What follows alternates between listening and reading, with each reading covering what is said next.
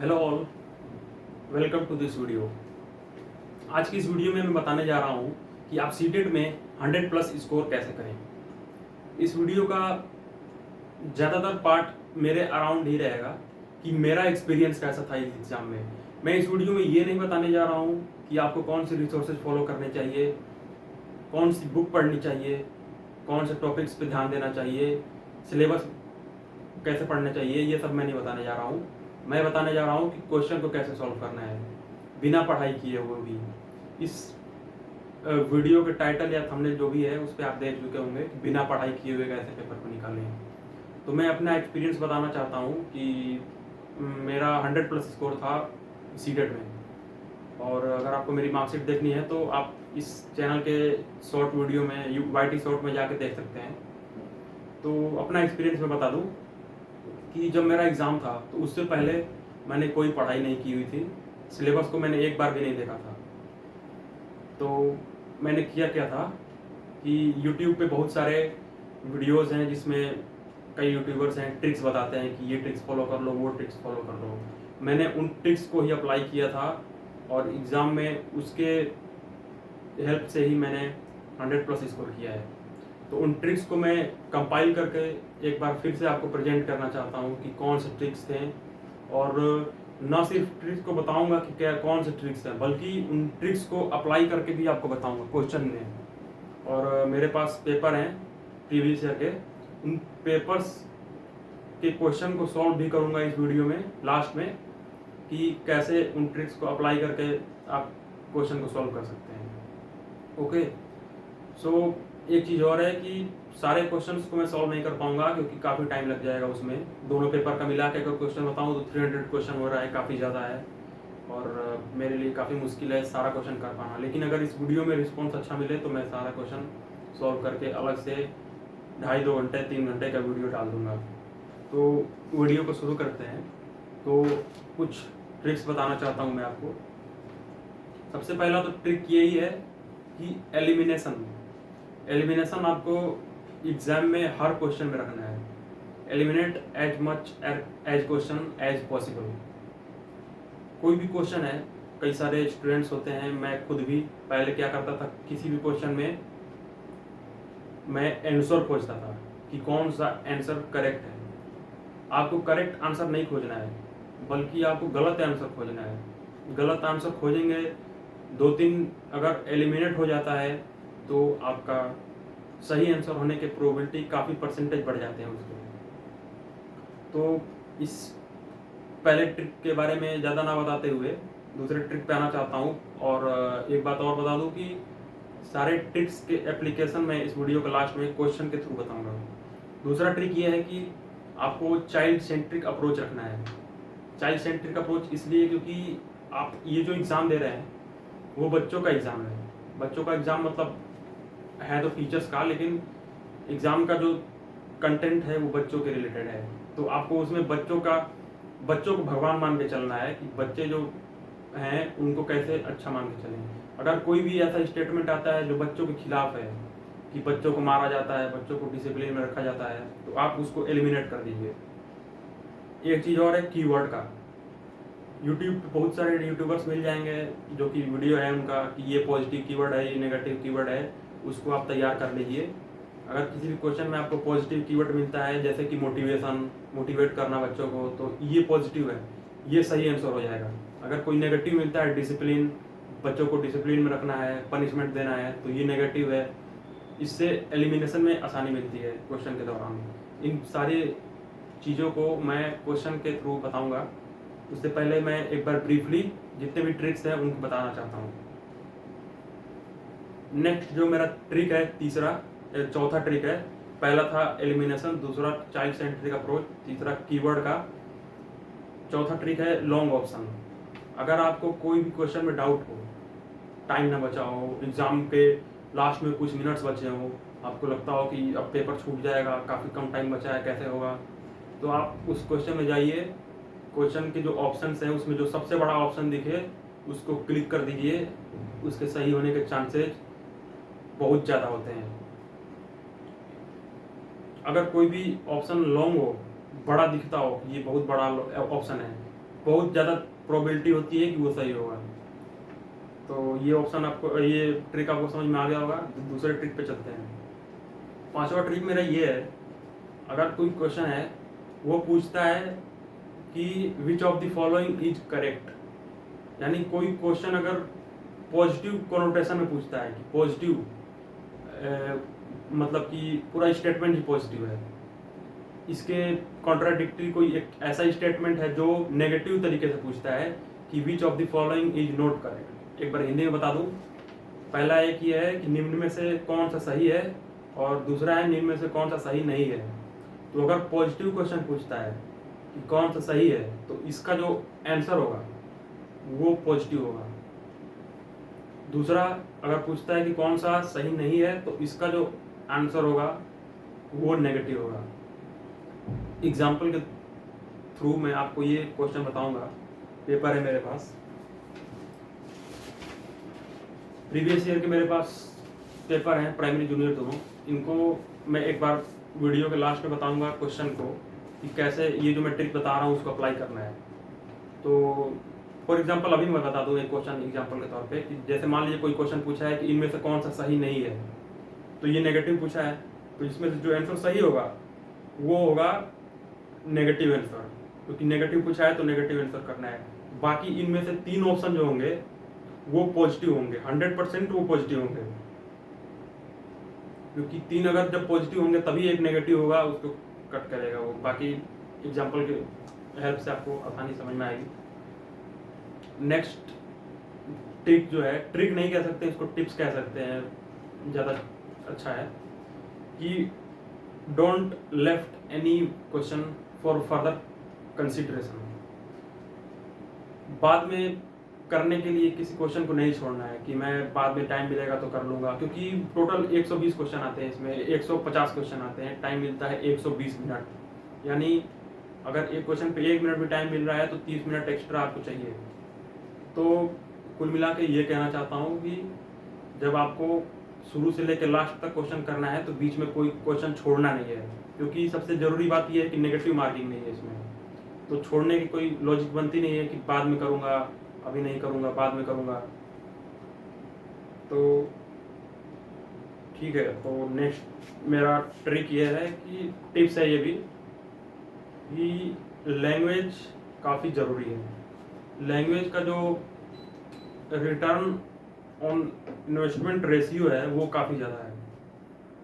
मैं अपनी बात बताऊं तो जितने भी सेक्शंस मैंने लगाए थे उसमें से लैंग्वेज सेक्शन काफ़ी अच्छा था मेरा। उसमें से अगर आप 30 क्वेश्चन लैंग्वेज का लगाते हैं तो उसमें से 20 तो सही किसी के भी हो जाते हैं लैंग्वेज में। तो लैंग्वेज को किसी भी हाल में छोड़ना नहीं है। लैंग्वेज में जितना ज़्यादा इन्वेस्टमेंट करेंगे उतना ज़्यादा रिटर्न मिलेगा। तो अगर हो सके तो लैंग्वेज में काफ़ी टाइम दीजिए, क्योंकि यहाँ चांसेस सही होने के काफ़ी ज़्यादा हो जाते हैं। तो यही सारे ट्रिक्स थे मेरे। और जैसा कि मैं इस वीडियो के टॉपिक में टाइटल में लिखा हूँ कि बिना पढ़े करना है इसको, तो बिना पढ़े ही मैं एग्ज़ाम में गया था। लेकिन अगर आप पढ़ लेते हैं तो ये अच्छी बात है, पढ़ाई कर सकते हैं आप। तो बिना पढ़े में गया था, तो अब उसके एप्लीकेशन बताने जा रहा हूँ मैं ट्रिक के कि कैसे क्वेश्चंस को अप्लाई करना है। चलिए, मैं यहाँ पेपर लेके आ गया हूँ एग्ज़ाम का, और ट्रिक्स जो यहाँ पे लिखे हुए हैं, कौन कौन से ट्रिक्स हैं, थोड़ा बैड हैंड राइटिंग है तो कोई बात नहीं। तो एक बात और बताऊँगा कि इन ट्रिक्स को कैसे अप्लाई कर रहे हैं क्वेश्चंस में। तो एक बात और है कि क्वेश्चंस काफ़ी ज़्यादा हैं, और इस वीडियो को मैं ज़्यादा लॉन्ग रखना नहीं चाहता हूँ, 15-20 मिनट तक का वीडियो रहना है। अगर अच्छा रिस्पॉन्स मिलता है इस वीडियो पे तभी मैं आगे का वीडियो बनाऊँगा और ईच एंड एवरी क्वेश्चन को आसानी तरीके से सॉल्व करके दिखाऊँगा। तो चलिए शुरू करते हैं। फॉर एग्ज़ाम्पल क्वेश्चन नंबर 1 पे आ जाते हैं कि अगर कोई ऐसा लड़का है बिना पढ़े गया है, वो उसको ये क्वेश्चन सॉल्व करना है तो वो कैसे करेगा। तो पहला क्वेश्चन ये बोल रहा है कि learners feel engaged and actively involved in process of learning when. Question आप एक बार पढ़ सकते हैं, पढ़ लीजिए, समझ में आ गया। तो देखिए, इस क्वेश्चन में एलिमिनेशन लगाना है। ट्रिक नंबर 1 है eliminate as much as possible, और उसको कीवर्ड्स के थ्रू लगाना है। तो इस पहले क्वेश्चन में आ जाते हैं। यहाँ पे लिखा है डिस्कार्डेड एंड नेग्लेक्टेड, नकारा, एकदम नेगेटिव चीज़ है ये, तो इसको एलिमिनेट कर दो पहले ऑप्शन को, ये ऑप्शन रहेगा ही नहीं। यहाँ पे मैं बता दूँ कि ये जो हाइलाइटर लगा है वो आंसर की से मिलाया हुआ क्वेश्चन है, ये ऑप्शन सही है। जितने भी हाइलाइटर लगे हैं ये सही सारे ऑप्शन हैं, और रियल एग्ज़ाम में मेरा ये सही हो गया था, 1 नंबर यहाँ पे इसलिए दिया हूँ मैं। ऑप्शन नंबर 3 पे देखो, दूसरा तो सही है, वो पता चल जाएगा कैसे सही है। ऑप्शन 3 है, तीसरे ऑप्शन में ये बोल रहा है कि रिपीटेशन, यहाँ पे देखो दोहराओ, रटना, ये बिल्कुल नेगेटिव है, इसको कट कर दो तीसरे को। चौथा ऑप्शन है इग्नोर्ड, किसी बच्चे को आप इग्नोर कर सकते हैं, ये बहुत गलत चीज़ है, ये भी ऑप्शन एलिमिनेट। दूसरा जो है, इसमें कोई ऐसा चीज़ नहीं मिल रहा है जो नेगेटिव हो, तो दूसरा ऑप्शन सही है, 1 नंबर मिल गया आपको। उम्मीद करता हूँ कि आपको आइडिया मिल रहा होगा थोड़ा बहुत कैसे क्वेश्चन को सॉल्व करना है। ठीक है, क्वेश्चन तो करने के लिए बहुत सारे हैं, लेकिन मैं ऐसा क्वेश्चन आपको बता रहा हूँ जिससे क्लियरिटी काफ़ी हो आपको क्वेश्चन करने की। तो नेक्स्ट क्वेश्चन पे आ जाते हैं। यहाँ भी करने के लिए बहुत सारे हैं, लेकिन मैं आगे एक क्वेश्चन पे आता हूँ। वो क्वेश्चन ये है, growth in height and weight of children in example of, किसी बच्चे का हाइट और वेट बढ़ रहा है, वो क्या है? तो अगर कोई बच्चे का हाइट और वेट बढ़ रहा है तो वो कॉग्निटिव डोमेन है, मतलब कि कॉग्निशन से मतलब होता है बुद्धि से, तो बुद्धि नहीं है, बिल्कुल बिल्कुल ये शारीरिक चीज़ बढ़ रहा है, क्वालिटी भी नहीं बढ़ रहा है, क्वांटिटी बढ़ रहा है, मतलब ये ऑप्शन में एलिमिनेशन उतना नहीं आ सकता है, थोड़ा सेंस लगाना पड़ेगा, लेकिन छोड़ो, इस क्वेश्चन को रहने दो, मैं इस क्वेश्चन पर आ जाता हूँ। इस क्वेश्चन में बोल रहा है कि जो अनुवंशिकता है, मतलब हेरिडिटी है, वो कैसे डिटरमाइन होती है। इस ऑप्शन में आप एलिमिनेशन लगा सकते हैं। एक चीज़ आपको पता होगी कि जो जेंडर है वो बाय बर्थ नहीं होता है, सेक्स है वो बाय बर्थ होता है, मतलब इसमें से हेरिडिटी जो है ऑप्शन नंबर 1 वो बिल्कुल सही है, तो ये कट हो जाएगा, क्योंकि पहला सही है, पहला किस में नहीं है, इसमें नहीं है, इसमें नहीं है, तो ये एलिमिनेट हो गया, बचा दूसरा और चौथा। तो ये देखो यहाँ पे लिखा है लर्निंग स्टाइल एकेडमिक सक्सेस, ये बच्चे का पैदा होते ही थोड़ी आ जाता है, ये बाद में आता है, तो ये भी एलिमिनेट हो गया, तो बचा आपको ऑप्शन 2, ये सही है। इनमें कई सारे क्वेश्चन हैं जो कि मैं बताऊं तो काफ़ी टाइम लग जाएगा। यहाँ पे मैंने लिखा हुआ है कि पॉजिटिव अगर क्वेश्चन पूछता है तो ऑप्शन पॉजिटिव उसका जो रहेगा वही वो आंसर सही है, नेगेटिव क्वेश्चन पूछता है तो नेगेटिव ऑप्शन वाला ऑप्शन सही होगा, तो उस पर बेस्ड ये क्वेश्चन है। लिखा है कि इनमें से कौन सा जो है वो well formulated critical thinking question नहीं है, तो यहाँ पे लिखा है नोट, मतलब नेगेटिव क्वेश्चन पूछा है, तो इसका जो आंसर होगा वो भी नेगेटिव होगा। ठीक है, तो पूछा इस क्वेश्चन में ये है कि इनमें से कौन सा क्रिटिकल थिंकिंग वाला क्वेश्चन है, ऑप्शन है, मतलब आलोचनात्मक सोच इन किस ऑप्शन में है। तो 3 ऐसे ऑप्शन होंगे जिसमें क्रिटिकल थिंकिंग के अराउंड ऑप्शन सर्कुलेट हो रहे होंगे, जैसे for example option 4 analysis and evolution of information, तो ये क्रिटिकल थिंकिंग के अराउंड में है, तो ये सही हो जाएगा, सही हो जाएगा, मतलब कि है तो गलत लेकिन पॉजिटिव है ये हायर लेवल थिंकिंग को सपोर्ट करता है क्रिटिकल थिंकिंग, ये भी सही हो जाएगा। दूसरे पे थोड़ा डाउट है, लेकिन अगर आप तीसरा पढ़ते हैं कि यहाँ पे फैक्चुअल इन्फॉर्मेशन पे फोकस किया जाता है क्रिटिकल थिंकिंग का, क्रिटिकल थिंकिंग में फैक्चुअल इन्फॉर्मेशन पे फोकस नहीं किया जाता है, बल्कि क्रिटिकल थिंकिंग में क्रिटिकल एनालिसिस किया जाता है, हायर लेवल थिंकिंग किया जाता है, तो इसलिए तीसरा ऑप्शन जो है वो नेगेटिव है, तो इसलिए तीसरा ऑप्शन सही हो जाएगा। नेक्स्ट यहाँ पे ईवीएस का एक क्वेश्चन है, उसमें पूछा है कि इनमें से कौन सा एलॉय है, यानी मिश्र धातु है हिंदी में, तो इनमें से ऑप्शन इतने सारे हैं, अगर आपको 1-2 भी पता है कि ब्रोंज जो है यानी ब्रास और ब्रास जो है वो अगर एलॉय है, तो इस क्वेश्चन को मैंने जब देखा तो मुझे आ नहीं रहा था, लेकिन मैंने क्या किया कि एलिमिनेशन लगाया इसमें। मुझे इस पे डाउट था कि लिथियम जो है वो एलॉय नहीं है, ये एक एलिमेंट है, तो ये एलिमिनेट कर दिया मैं। टीन भी एक एलिमेंट है, इसको भी एलिमिनेशन से एलिमिनेट कर दिया मैंने। एल्यूमिनियम जो है ये भी एक एलिमेंट था, तो ये भी एलिमिनेट हो गया, क्योंकि मुझे स्टील पे डाउट था कि स्टील जो है मुझे पता नहीं था कि ये क्या है, तो इसलिए एलिमिनेशन करके मैं यहाँ तक पहुँचा था। यहाँ पे एक क्वेश्चन और है, ये एलिफेंट वाला, ये भी मेरा सही हो गया था रियल एग्जाम में। इसमें पूछा है कि कौन सा एलिफेंट के बारे में गलत है।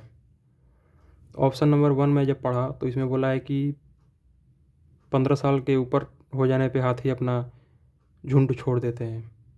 फिर जो ऑप्शन नंबर 4 है उसमें लिखा है कि 14 से 15 तक वो अपने झुंड में रहते हैं। 1 और 2 जो है एक ही बात बोल रहा है कि 14 से 15 अपने झुंड में रहेंगे, बाद में फिर छोड़ देंगे।